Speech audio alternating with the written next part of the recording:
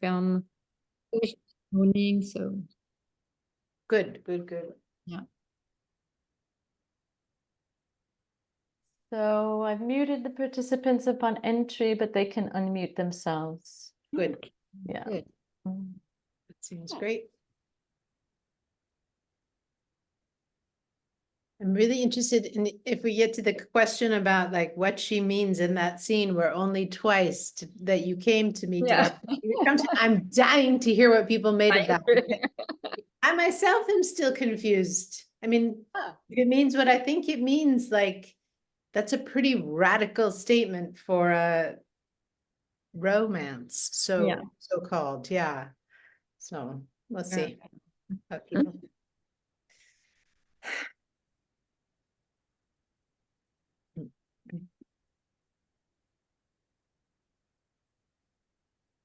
Ok, c'est l'heure, c'est parti.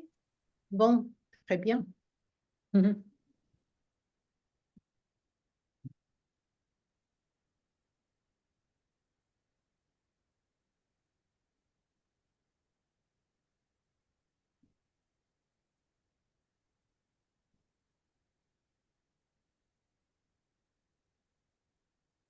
Hello, everyone, and welcome to the June edition of the French Cinémathèque, which is a collaboration between the Federation of Alliance Françaises, USA, and Telescope Film. Thank you so much for joining us tonight. My name is Justine Barda, and I'm the founder and CEO of telescopefilm.com, a website for international film and TV. We offer a database of over 500,000 international films and series with links to where to watch them in the US. We also have a dedicated page on the site for French film and TV with information about what's new and what's popular in France, as well as curated selection. We are delighted to be collaborating with the AFUSA, the largest Alliance Française network in the world, helping 25,000 learners of French each year learn French, live French, and love French. You can find links to more information about both AFUSA and Telescope Film in the chat. The French Cinémathèque takes place the fourth Monday of every month, next month on July 22nd, in honor of the Olympic Games taking place in Paris. We will be talking about the film Olga, which is a story of a teenage Ukrainian gymnast living in exile in Switzerland. So we hope to see you for that. Before we get started tonight, however, just a couple of brief housekeeping notes. Please keep yourself muted when you're not speaking and stay on speaker view. To ask a question, we would ask that you raise your hand using the Zoom feature at the bottom of your screen. It's in the reactions section, or put your question in the chat. If there are technical issues, you may want to leave the Zoom and then sign back in after a couple of minutes using the original link. This event is being recorded for our YouTube channels, and the total runtime is 1 hour. And with that, I'd like to introduce our facilitator, Aude Hesbert, director of the Villa Albertine in Los Angeles and French film industry veteran. Over to you, Aude. Thank you very much, Justine, and good afternoon, good evening, everyone. I'm very happy to realize that you come from all over the country for our monthly rendezvous. So it's a great pleasure to see you again and to welcome the newcomers. And a little introduction on the film. Food and film have this unique ability to bring people together. This movie is an exquisite homage to two of our French passions, love and food. It spotlights an unusual main character, a pot-au-feu, that comes close to outshining Juliette Binoche and Benoît Magimel as the third star of the film. Its outstanding performance comes as no surprise, considering it was coached by renowned chef Pierre Gagnère, who runs restaurants in Paris, London, Vegas, and Tokyo, and was the gastronomy advisor on the film. Formerly titled The Pot-au-Feu, The Taste of Things premiered in competition in Cannes Film Festival, where Tran Anh was named Best Director. It was also selected as the French entry for Best International Feature at the Academy Awards. For this Vietnamese-born director, screenwriter, and novelist who moved to Paris when he was 12, food has long served as an inspiration. Over 30 years ago, his debut feature, The Scent of Green Papaya, in 1993, amplified the sensory details of domestic Vietnamese life and cooking. The textures and emotions associated with food have been close to Tran's heart since. Following the success of The Green Papaya, he continued to explore themes of memory, identity, and cultural heritage in his subsequent works. Films such as Cyclo and The Vertical Way of the Sun further solidified his reputation as a director of lyrical and visual stunning cinema. Set in the late 19th century France, The Taste of Things charts the enduring relationship between a noted French gourmand, Dodin Bouffant, and his personal chef, Eugénie. Tran found the character of Dodin in a Marcel Rouf's 1924 novel, but chose to tell the story that took place before the book instead, freeing him to focus on the bond between Dodin and Eugénie, whose role was smaller on the page. In the book, Binoche's character dies in the first chapter, and when the director approached her about working together on this project, she required that he expands her role. I guess most of you are familiar with Juliette Binoche, an outstanding French actress who has worked with the greatest and most diverse filmmakers. I can't help but to quote a few of them to illustrate the exceptionality of our cinematic journey. Jean-Luc Godard, Claire Denis, Olivier Assayas, Bruno Dumont, but also Japanese Koreeda, Austrian Michael Haneke, Belgium Chantal Ackerman, British John Boorman, Israeli Amos Gitai, Japanese Naomi Kawase, Polish Krzysztof Kieslowski, Leo Carax, and Taiwanese Hu Shaoxian, among many others. She has always questioned very publicly the way women have been portrayed and represented in the movies, and actively encouraged actresses to refuse to be objectified in the parts they are offered.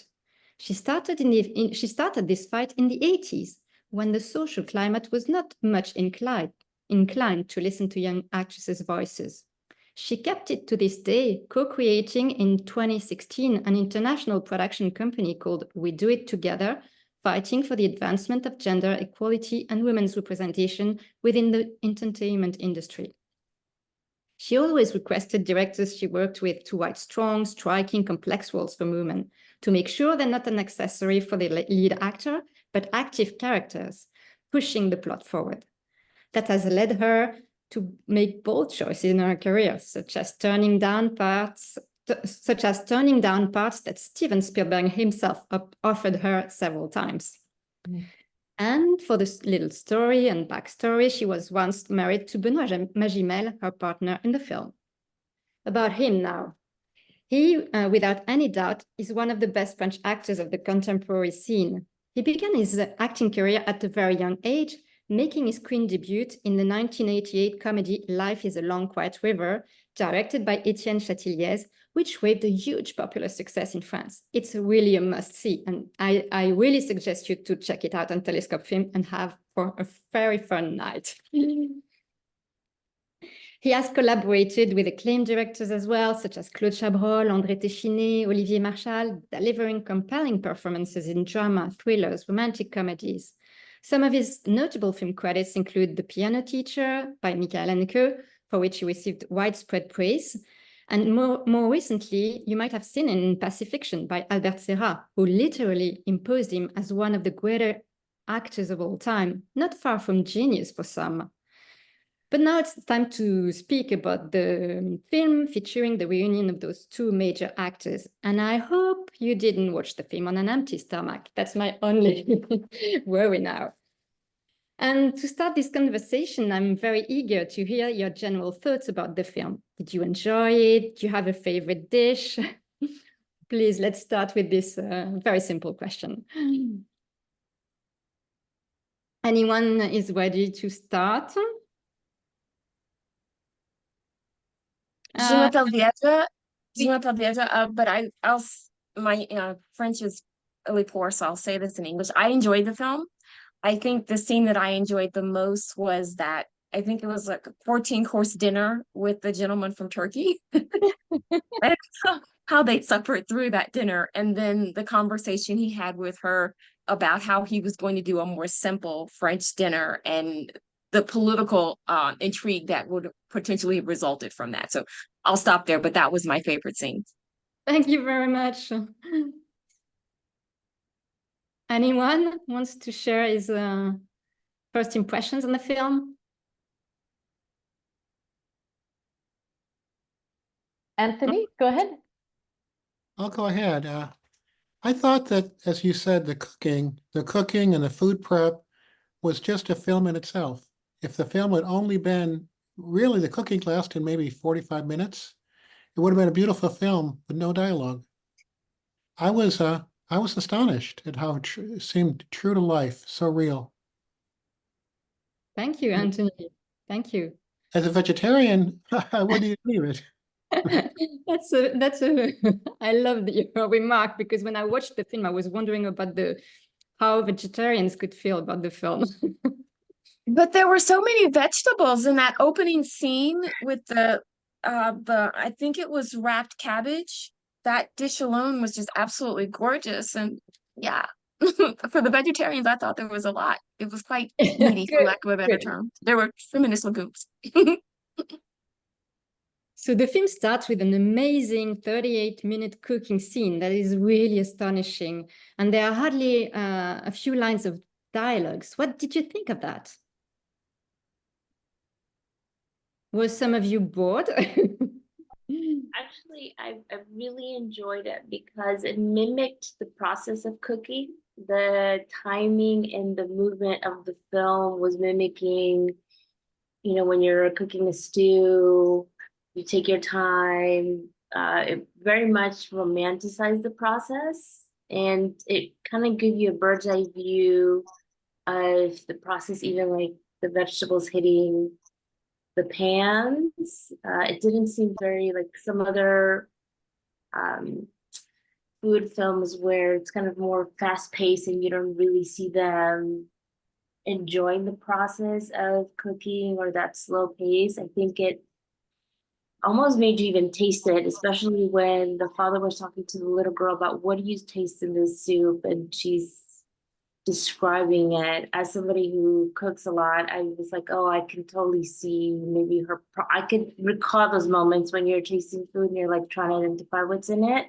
I think the way they shot it and the way the film was moving mimicked so much, kind of like making a slow paced soup or consomme. It was very beautiful to watch.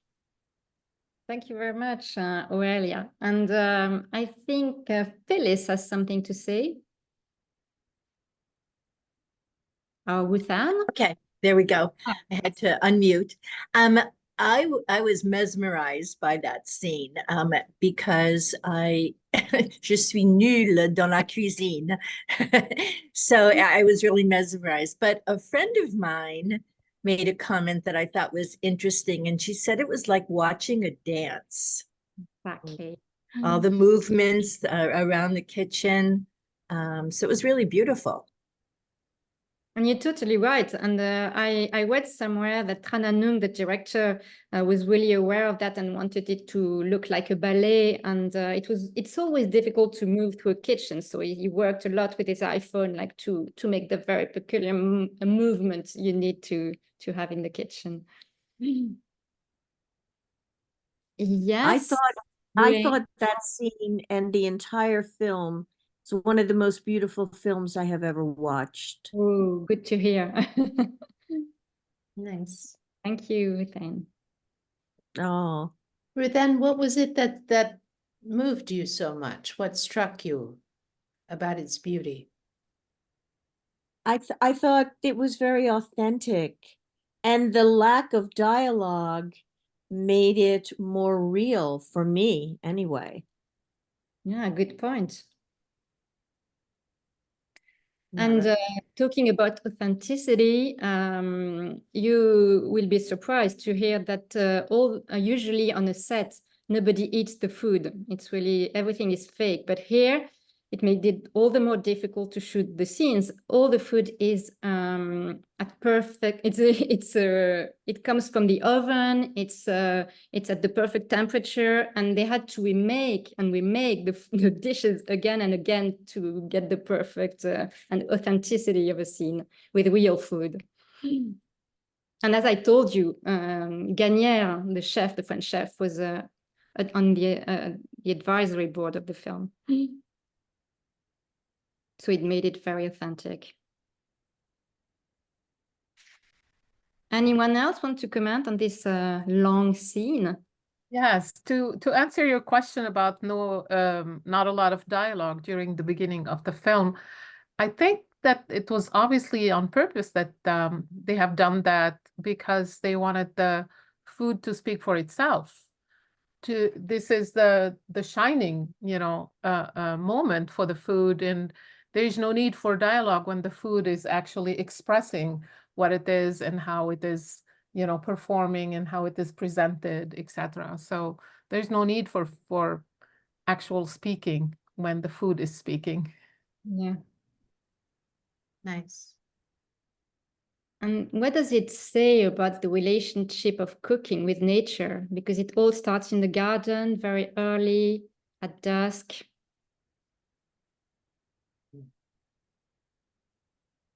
Speaking of vegetables, right? Yes. Community does Deirdre. vegetables. You're mute, I think. Yeah. No, I was going to try. That to me again was one of the most beautiful scenes. I'm a Juliette Binoche fan. I have been for years, back through the red, white, and blue phase. And she's just such a wonderful actress that just watching her walk through that garden and pick up all of those like by hand, it was such a manually intense. But back to the scene, what I loved about it was, yes, it seemed like a well choreographed dance, but it also was symbolic of the symbiosis between all of them, because she ruled that kitchen, but most of the time she never gave any direction. And that's what I thought was beautiful. She rarely said anything. And to me, you had to be able to choreograph that scene from a director's perspective, but also the consultants that they work with for all of the food. But starting in that garden and having us sort of navigate into the kitchen and seeing what she picked from the garden, and ultimately when it ended up on those gentlemen's table, to me, that was just such a beautiful story and such an elegant way to present it. Yes, very elegant and very physical too. As you said, there are lots of insights on the gestures, and you can see that it's so physical and tiring to cook. And she has to concentrate so much on what she's doing that she can't even speak. So Maria seems to have her hand up. Maria. Yes, I just wanted to go back to Violette. I think it's Violette or Pauline who's opening up Les Écrivains, the crayfish. And I just thought that was very brave of her. I don't think anybody I know of that age would be holding those things and throwing them in the water and then taking them out again. And they just looked, well, they don't look very nice to touch. And but another moment that I thought was amazing was Pauline. I think she's trying a consommé or soup of some sort, and she says in French, "J'ai failli pleurer." Yeah. I nearly cried, and I thought that was so emotional. And what a feeling to have when you taste something that it almost makes you cry. It's so amazing. I could taste it in my mouth, almost every beautiful flavor coming together and just making this wonderful dish. I just was very impressed with the young girls in the kitchen too. It needs physicality and courage, says Verna, to cook. Donc, I almost cried during that scene because Bosca, I'm from Louisiana, and growing up as a child, we fished for crayfish, and we ate them almost the exact same way. So during that scene, it was like going back to my childhood. Very nice. Thank you. And now to go to another question, I wanted to tell you a little bit about someone who some of you might know. His name is Jean-Antoine Brillat-Savarin. Maybe this name rings a bell because Brillat-Savarin is a French cheese. But the cheese was not first, it was him. And he was a pioneer of the science of taste, a very serious matter in France, as you know. And he wrote a magistral essay dating back from 1825 called The Physiology of Taste. And what it said about taste is that it really embraces all your senses: sight, hearing, smell, taste, touch, and even sexual desire. And I really feel that cinema as an art is also a very sensual art that embraces all those senses. And I would like to start with sight. How would you describe the look of food you see in the film and the way it is shot?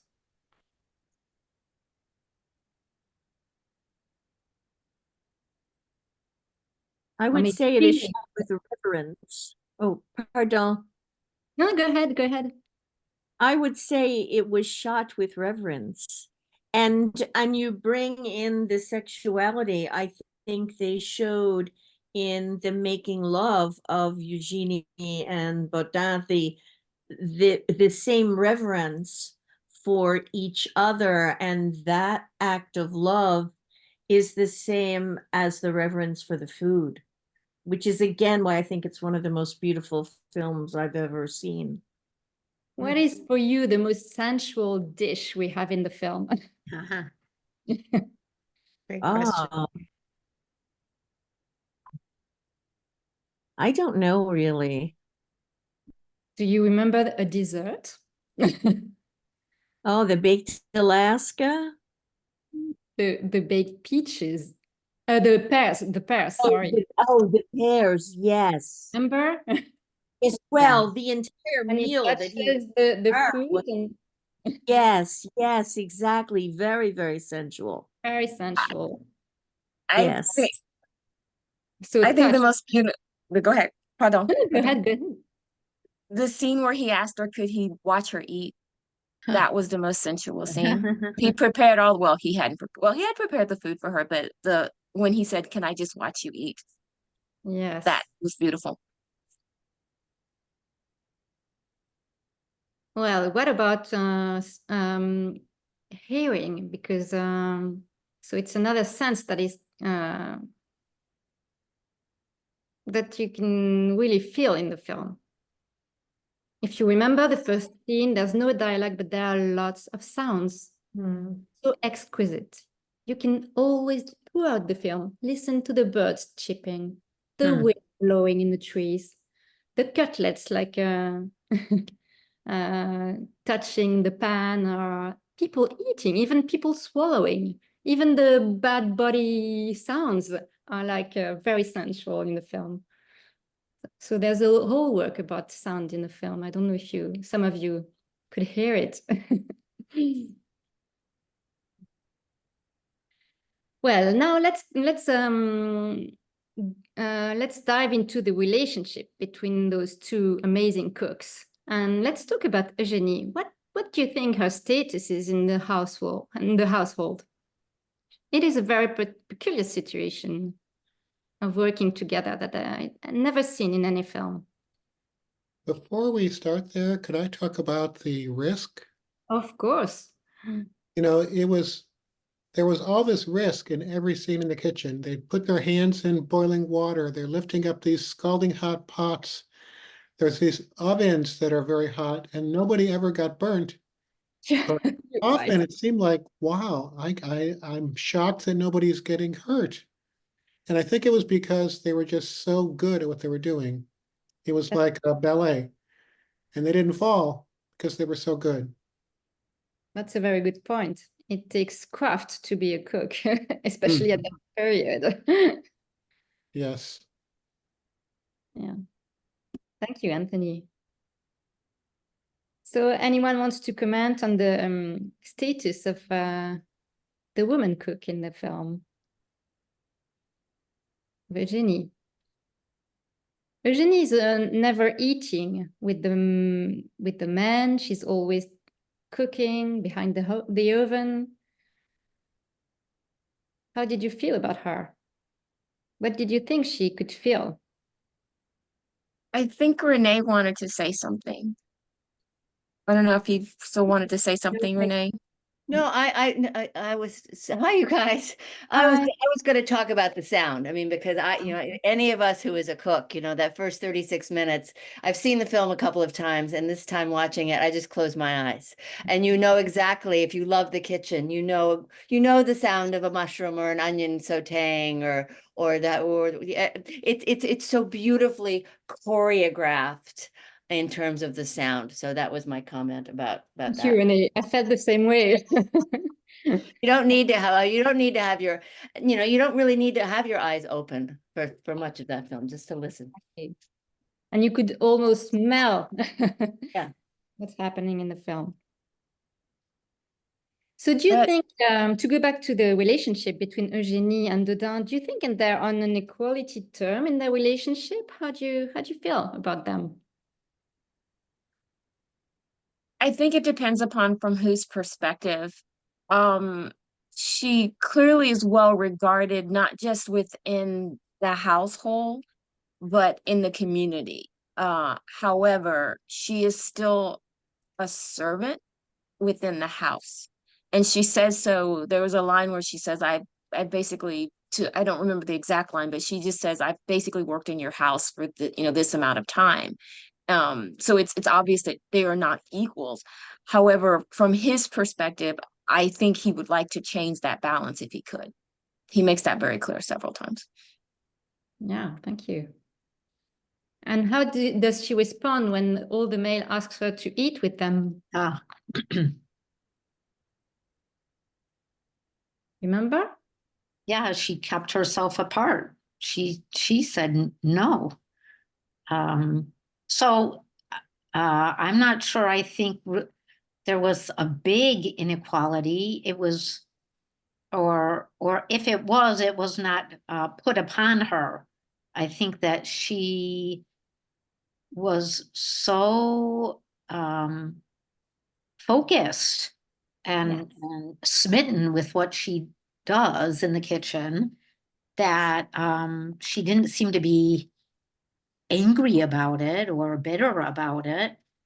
And later on, Dodin certainly asks her opinion for the menu for the Prince or Marquis or whatever royal that was.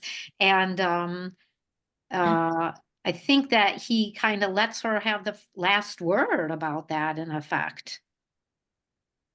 Yeah, exactly. Maria wants to add something. Yes, I wrote down what she said, I think in French anyway, but it was something along the lines of I converse with you through the food. So she didn't need to be sitting there eating it with them, because her conversation was every time a plate was brought up, a dish was brought up for them, that was her conversation. This is what I've made now, and this is for you. So I thought that was a beautiful comment too. I liked her way of explaining it, and I think was happy preparing all those dishes and didn't need the distraction of the men's conversations. Yeah, exactly. Diana? Yes, hello. She had much more freedom as a working person, a servant, a cook, than she would as a wife, and she knew that. And I think that's why she kept the relationship the way it was for so long. I think she expressed that several times. Yeah. So why do you think she refuses marriage throughout the film? Until she marries better. She didn't in the end, though, right?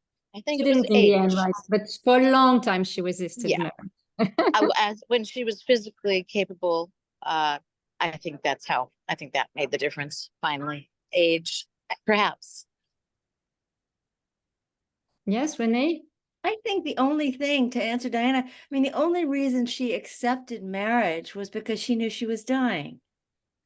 Yeah. That was the only way that she could bring pleasure to him. I mean, the whole movie is about food, taste, cuisine, it's all ephemeral. And she finally, she could give him some I don't know, memory, like food gives you a memory. I mean, she could say yes because she was, as she says in the movie twice, she was going to, if she was going to die, it was going to be in the summer. So it was her gift to him, you know, to give it some foundation when, if she was healthy, she never would have married him.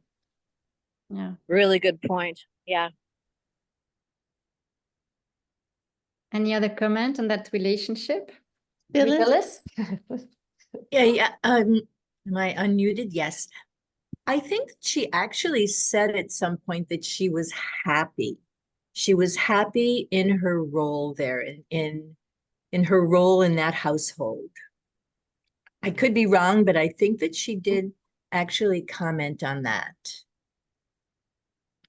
It's Yeah. earlier in the film when it's one of the many times he's trying to convince her to marry him. So I have another tricky question, and I'm sure Justine wants to hear your answer on this one. She's very eager to know what you felt. In Eugenie's final scene, in some ways, her culminating scenes as she died, in the next scene, she tells Dodin that it only happened twice in 20 years that she came to her door at the same time. She was imagining him coming to her door. How did you feel about that scene? What do you think it meant?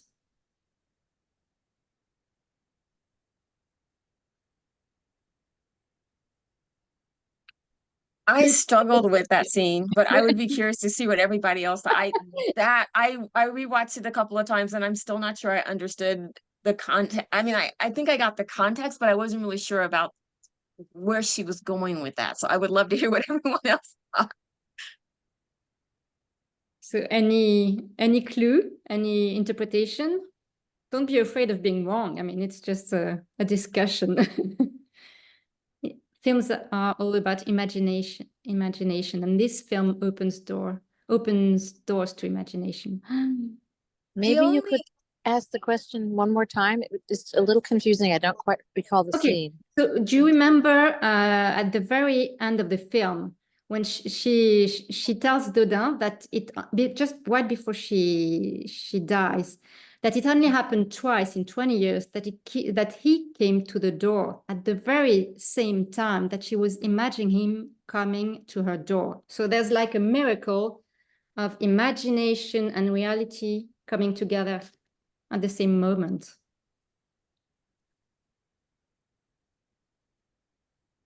One thing that one interpretation I had initially was that when he was coming to her door, because it wasn't as if he didn't come to her door, he did quite regularly, because there's a scene where he says there have been many times where I've come and the door's been closed. She talks about that. But the impression I got was that most of those times were times where he was coming for himself and not necessarily for her. Versus in that particular scene, I thought she was saying, you were coming when I wanted you to come, as opposed to when you wanted to come. That was the way that I interpreted to me. Yeah, interesting. So I'm gonna tell you what I thought. I will try. So for me, it has a lot to do, as I said, with the miracle and with the kind of spirituality the film offers throughout the whole, from the first scene to the very last scenes. There are so many elements of spirituality, miracle, and I want to ask you another question. Did you notice elements of spirituality in the film, and when? I would just also point out that Phyllis, you had your hand up there a minute ago. Sorry, I didn't see it. It's okay. It's okay. We can go on. Sure, Phyllis? I'm sure. No, I'm sure. Oh, Justine, maybe you have an answer for this before we turn to spirituality. I think the thing that puzzled me, Deirdre, and I would say I agree with you that the scene isn't clear, and I watched it myself a couple of times. But one of the things that I think is clear is the tone, right? It is a tone of sadness. It is a tone of regret, that she is telling him some home truth before she dies. right? And he receives it. I mean, he looks stricken in that moment. And Aude, well, I like your interpretation that there's something miraculous about it. I also wondered about the circumstances where, you know, in their discussion, he says, oh, there were many nights that your door was not open to me. And then he says, there were many nights when it was open to me.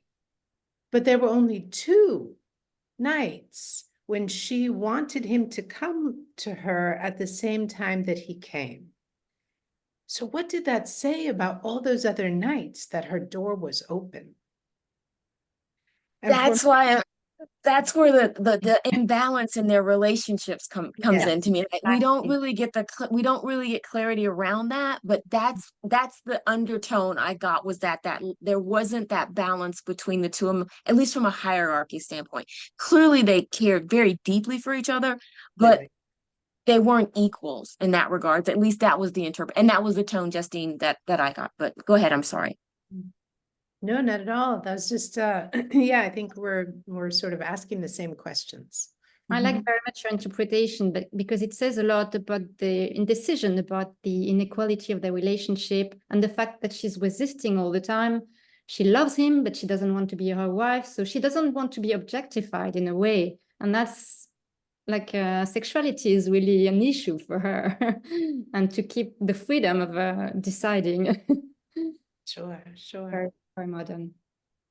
But I think it was a great issue for women at that time, more so than today. They were much more subservient. And I think she was very aware of that. And I think he actually elevated her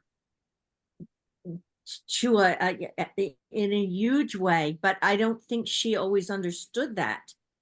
And she was going to make sure that she retained her independence and I do think, as someone else said, that they loved each other very deeply, but she was not about to be subservient. And women are still somewhat fighting that battle today, even. Yeah. But I don't think he felt that way at all. I think he elevated her to sainthood or something.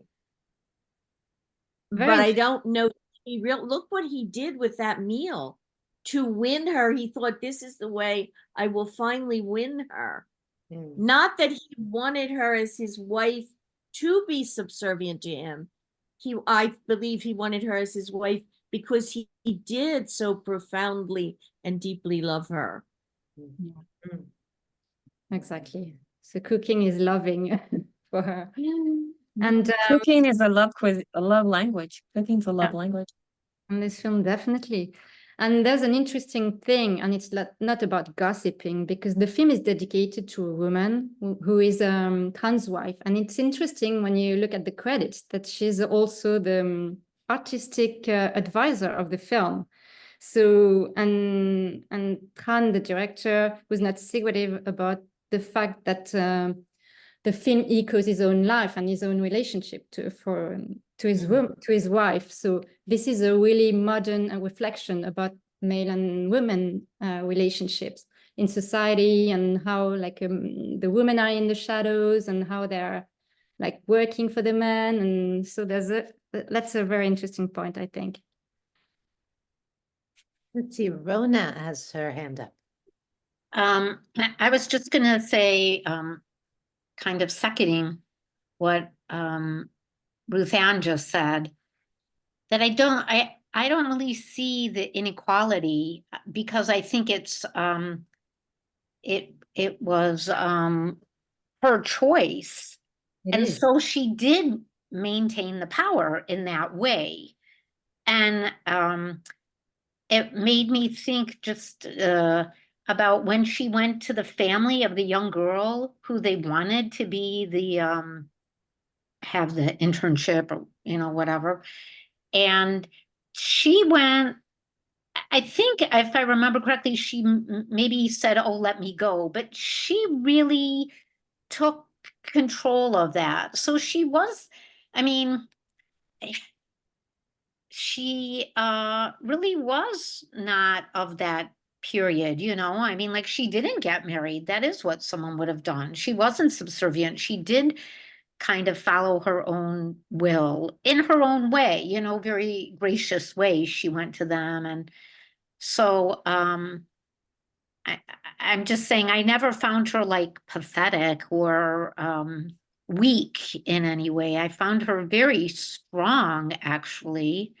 And even deciding, oh, I'm going to get married now. That was her final, it maybe was a gift to him. I never thought of it that way, but maybe that is. But also it really showed her strength. Like she was really taking the reins now for the however long she was going to still be around. Yes, I think you're totally right.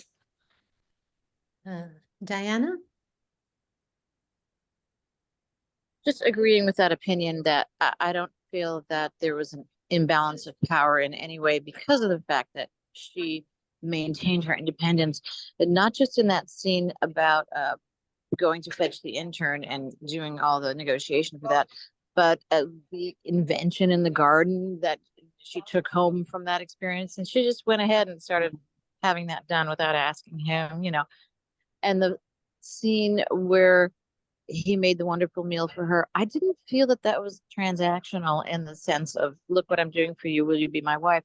But more that he really wanted give of himself the way she had been giving of herself for all those years. Yeah. Aude, I just wanted to build on your point a moment ago about the director's wife. Her name is Chan Nguyen Kay, and she was also the costume designer for the film. And I just had to share this little anecdote that I remember reading about in a magazine about, as Aude mentioned at the beginning in her introduction, that in something that's very unusual in the film set, the actors were all encouraged to eat the food and drink actual alcoholic drinks. That never happens. And it actually came to pose a little bit of a problem in that the costumes kept having to be adjusted because the actors because were gaining weight over the course of the production. How funny. So I think we've seen that cooking is an art in the film, but I also felt that the cooking resonates with many arts in the film and cinema resonates with other arts and the way the film is shot. What did you think about the light, about the sound, about everything? Which art did it brings up?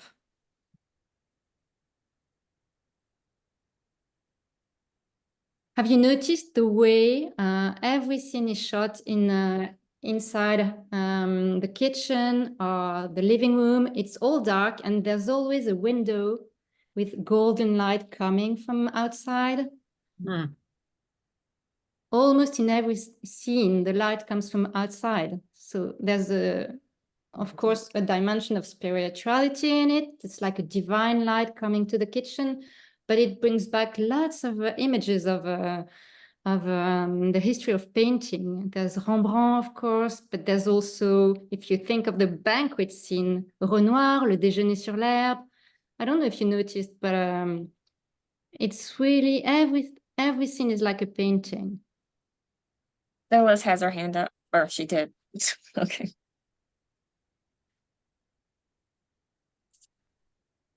Actually, you said what I was going to say. I don't know, is it Vermeer that also does that special lighting?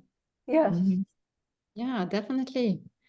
And remember when he talks about cooking is like it's like music. Every piece is needs to be heard for themselves and are in an ensemble. That is what music is about. That makes it an art. So there's music, there's sculpture. Don't you remember a special scene about like sculpting? Let's see, Renee had her hand up a little earlier. Remember, you were talking again about the light and the technique in the film. I just think the most, the film is so dark when it starts, you know, it's pre-dawn, and the sound again to me is what reverberates so strongly. Every single sound from, you know what time of day it is. You know by what fork or spoon or piece of silverware is making the sound, you know where they are in the course. I mean, the cinematography, but the sound more than anything. The light, yes, to your point. I mean, the way at the end that golden light comes into the kitchen and lands on so that sort of butcher block, not butcher block, but the wood. I mean, it's an autumnal light. It's after she's died, and I think it's the technique involved in this film is absolutely so sumptuous in every respect. Yeah. So anyone? Maria. Yes, I wanted to address the sculpture mention that you had. I think the part for me was when he was making, I don't even know what it is, like whipped sugar or something that he makes with that dessert with the pears. And he's there and he's doing it and he's sculpting this amazing, was it a bird in the end or a swan or something? I'm not sure. He's tossing it around in the kitchen to get it to the right thing, and it's just amazing that he manages to get it onto the plate. And then, you know, he has the ring hidden inside there, and that was an amazing part. And then I also wanted to say, I agree, the cinematography was incredible in the kitchen. Everything was, you couldn't catch a microwave or a utensil that would be off the time period. Everything seemed to be perfect.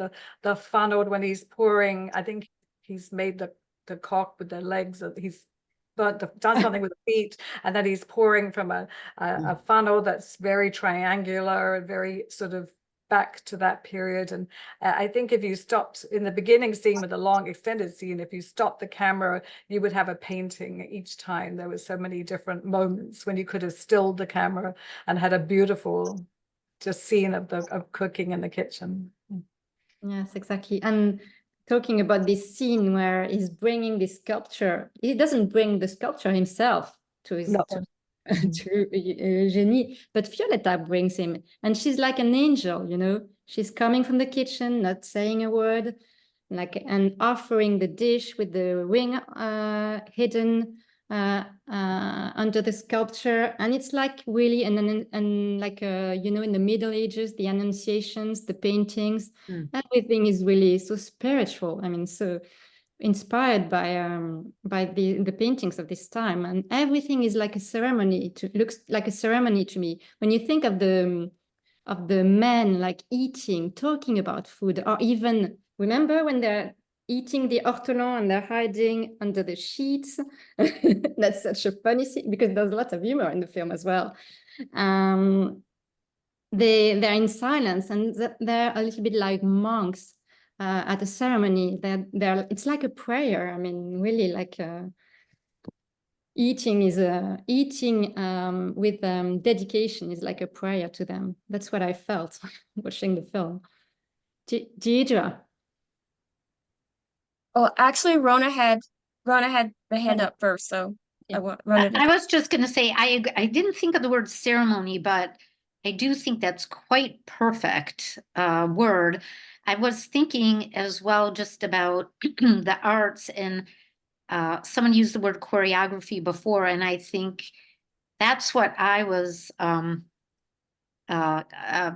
really struck by in the first scenes when she made the first meal for the men. They all had their place in the kitchen. They never like ran into each other or like bumped each other. You know, in my little kitchen, we're always jockeying for space, always. I mean, and you know, I'm like, could you move over? You know, and it's not nice, you know. Like, I just want to get water, you know. And there they were, and even when the dessert was brought up, I did think of kind of. It was very, very ceremonious, but I guess for me, I thought of like a ballet, how someone was going to do their individual scene, because she's walking up the stairs and she pulls up her dress, and you see, I guess that is the sound too. You see her little steps on stairs, and at first I thought, is she going to fall? Like, is there going to be a disaster here? Which I know would be out of character of that film because it was so quiet and languorous, but it was all part of that same, to me, choreography, a dance, you know, with the hands and the body cooking. Yeah, People on stage. it is. And Diana? Just, I agree with that part about when she was bringing the dishes up the stairs or wherever they were bringing these huge dishes of treasure, because, right, that prepared food, it was like a treasure. I felt like every time I was nervous, I was just waiting for something. I think perhaps the director used that to build tension. Do you think that was intentional or just our interpretation? My guess is that it's intentional, but we'll never know. There's another miracle in the film. Do you see what I'm thinking about? At the very end of the film, there's another miracle. When Cinema they is find- all that. Oh, when they finally find he finds the perfect cook that could potentially replace. For me, that's not a miracle. That's chance and opportunity. But the real miracle is a cinematographic and artistic miracle. It's resurrection. Remember when the camera is moving in circles? Oh, yeah. And suddenly we hear, and so it's turning. We can hear the voiceover of the dialogue, the previous dialogue of the film about the seasons. And suddenly, after the second circle, we see them resurrect, and we see the cook resurrected and talking with her husband at a table. So it's really, cinema is able to resurrect people. It's beautiful. I mean, it's such a beautiful scene. That's what makes me think that it's so spiritual. And of course, Yeah, when there's a line of dialogue where we've been reminded that it all started with food in the Bible. Remember Adam and Eve, the apple? So it's like a mythology. I'm not saying that it's a religious film, but it's really dive deeply into the mythology of humanity and eating and offering food. Yes, Renee. So you talk, I was waiting for this because what you know, in the very first, before the men sit down, a baby is born. And the first thing that's said is she went right to the breast. I mean, they're talking about food from the very beginning, but it's very spiritual in that respect. I mean, life begins at the breast, begins with food, and, you know, ends with your last meal. That could be the Last Supper. I mean, you could go on and really take it deeply, but it's that whole, it begins and ends with this luxurious experience of amazing food, of food. Thank you, Renee. I didn't remember that one, but there's so many signs. No, it's the first thing the doctor says is he's so excited. Yeah. Forget about having the baby. It's that the baby went right to the breast. Yeah, they were waiting for him because he was late for dinner because he just delivered the baby. Yeah, exactly. Last question I had, what did you think, because we didn't talk about that character, about the characterization of the competitor, the prince, the Eurasian prince in the film? That's a tricky one. I don't want Deidre's had a hand up.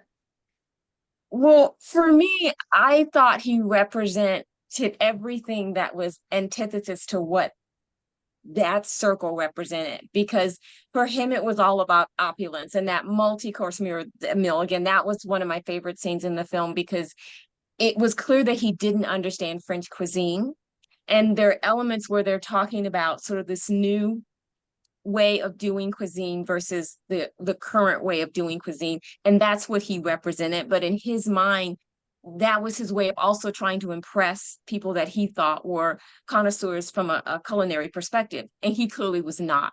So that was my interpretation of him, and to me there might have been some political elements to it as well, but Turks versus the French, but Constantinople versus the French. But yeah, that was just my thought.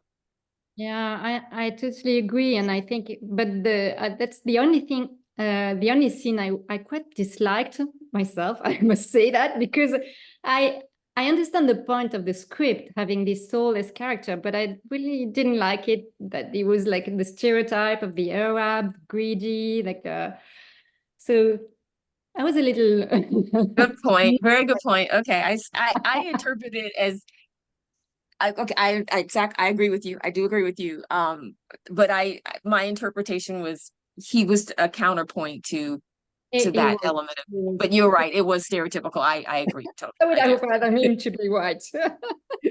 Yeah, I know. As an individual of color, I would agree with you.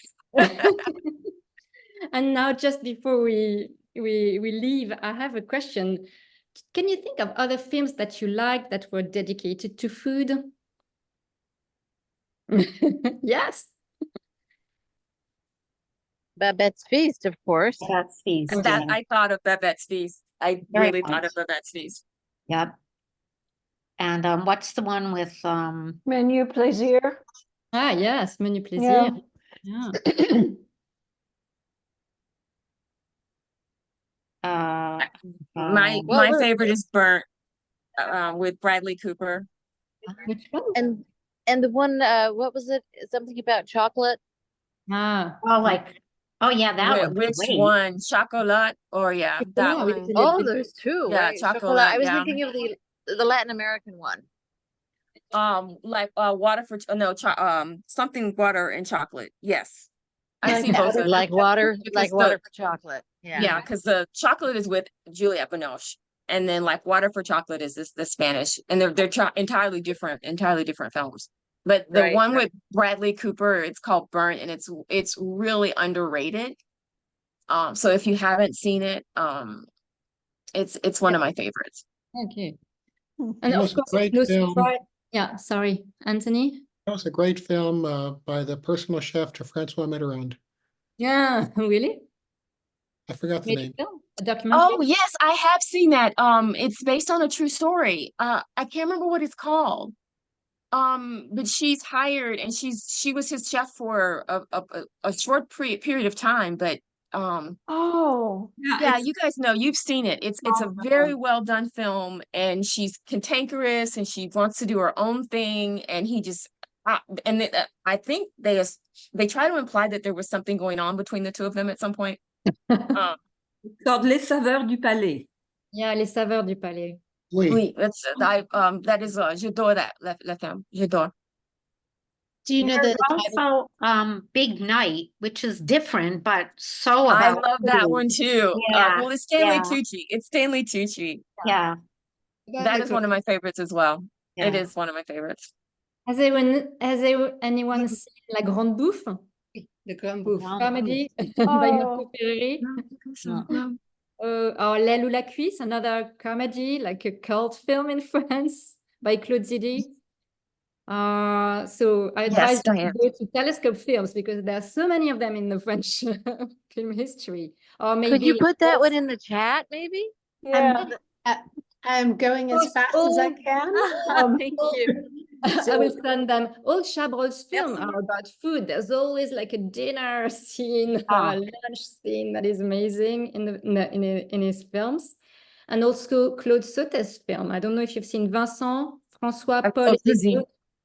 No. So there are so many films about food in Right. French cinema. Eat, Pray, Love was another one. My husband. Oh we yes, watched those yeah. and he How could we talked about forget Eat, that Pray, Love. one? We could have a festival, I guess. And there was just the long, I think it was 4 hours on PBS about the Michelin star restaurant. I mean, it was a documentary, It was a but documentary.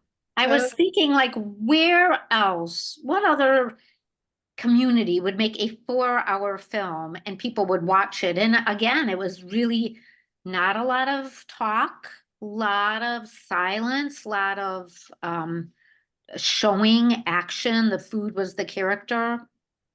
Yeah, it was neat. It's an American who made that movie. Yeah, right. Well, anyone else want to say a final word on the film before we leave the floor to Justine? Maybe people could come up with like one word. Somebody Yeah, one earlier, word. Yeah. right? Someone was using the word reverent, and that's what I would walk away with. And I strongly hope that this film gave you also a taste of French language and that you will go to the Alliance Française to know all the vocabulary about gastronomy, because even myself, I would need to get Oh, yeah. insights, because what I loved in the film is also all the dialogues about food and gastronomy and the way the menus are described. There are so many interesting words that are used in the film as an offering. Well, I put elegiac in the text because it is like a poem and it's very well written, but there are dark elements to it. But I'm disappointed that we didn't talk a little bit more about the ortolans. You mentioned it very briefly because a really good book that's not French, but it's about France, is the Paris novel.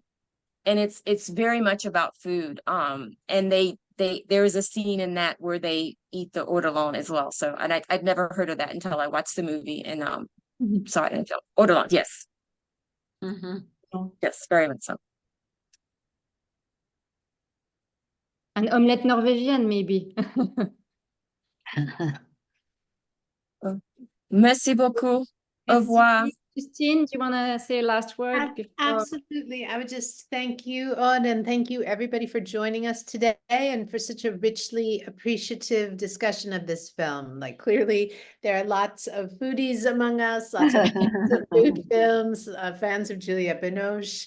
And it was really a delight to talk about this great film.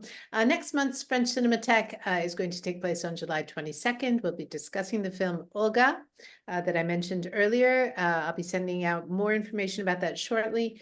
And we look forward to seeing you in July. So thank you, everyone, and see you soon. Merci, merci. Thank you. Merci. Merci. Au revoir. Au revoir. Au revoir. Bientôt.